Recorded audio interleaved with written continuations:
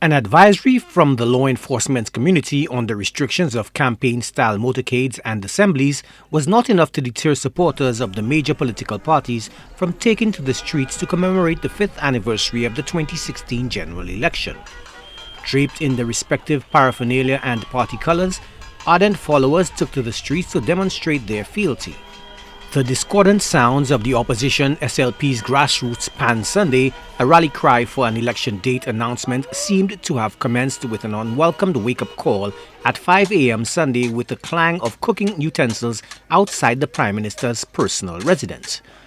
One of the individuals, Secretary of the National Association of Driving Schools, Kingson, who was detained by police and later released, denies staging a protest, claiming he was simply going for a walk.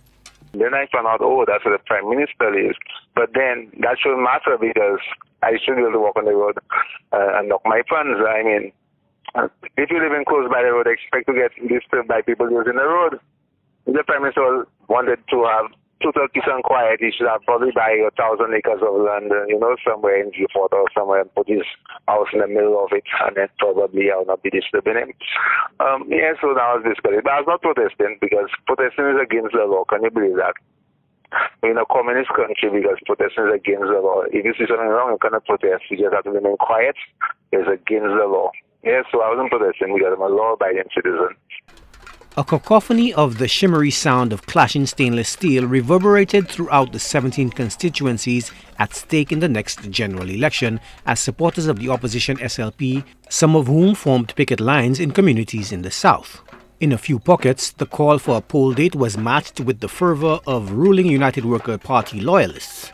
Although boisterous, the exchanges were peaceful for the most part. But one dangerous incident involving a van load of supporters of the incumbent and a crowd of opposition supporters almost ended in tragedy.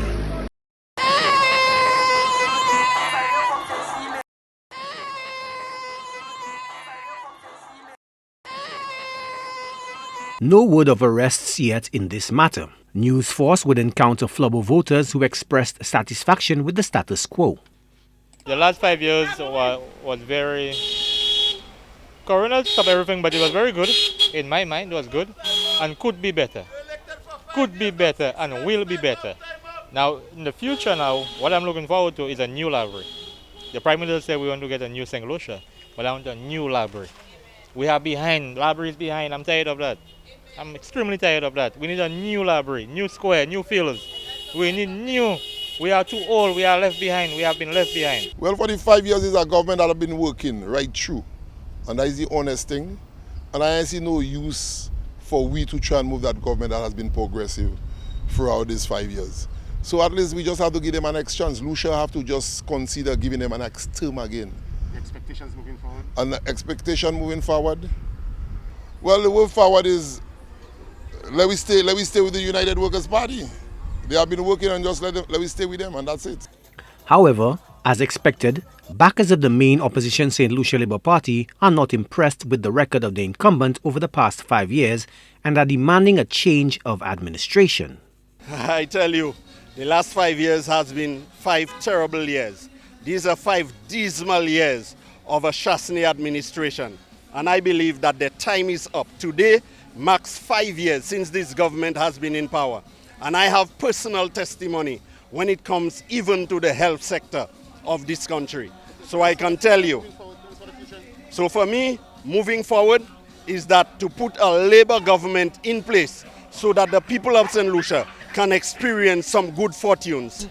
I'm just asking, just calling on the Honorable Allen Chastanet to give us a date for the general election. I think we're ready, St. Lucian ready. People ready, we're tired, we're frustrated.